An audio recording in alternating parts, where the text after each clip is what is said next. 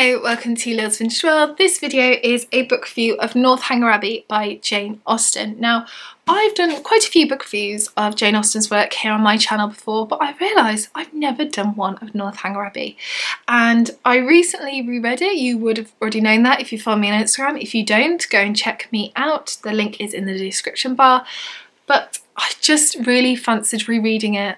It's one of my favourites and I'm so glad I did. So Northanger Abbey, if you've never read it, is about our young protagonist called Catherine. Now, Catherine is 17 and she lives in the country with her mother and father and her siblings. There's a lot of them. And then some neighbours of theirs, the Allens. Now the Allens don't have children, but Mrs. Allen does really like Catherine and she invites Catherine to Bath. And Catherine's like, oh yes please. So off she goes to Bath. And at Bath she takes in the usual things of Bath. So she goes to the pump room, she goes to the shops, she goes dancing and all these different types of things, and they try to meet people, and they do meet people. So they meet a man called Mr. Tinley, Mr. Henry Tilney, who is wonderful and a bit of a dish, and he's very nice, and he has a sister called Eleanor. She also meets the Thorpes. So there is John and his sister Isabella. Now John has a bit of a thing for Catherine, and Isabella tries to makes friends with Catherine, and it's a really interesting relationship. And also Catherine's brother James is friends with John Thorpe, so they kind of become this bit of a foursome sort of thing. There's a very interesting relationship that kind of goes on there with interesting relationship dynamics. Get my words out.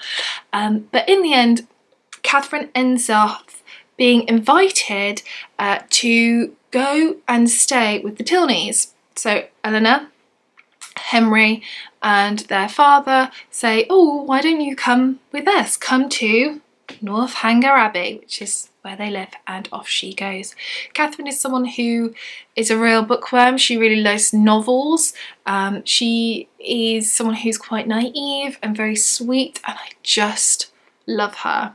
Whenever I pick up this book, I always think, no, this is my favourite Jane Austen. When I have time away from it, Pride and Prejudice takes back over in my head, but then when I pick it up again, I'm like, no, this is my favourite. I just love it. I love the character of Catherine. Catherine is so warm and sweet, and yes, she makes plenty of mistakes that you're like, oh no.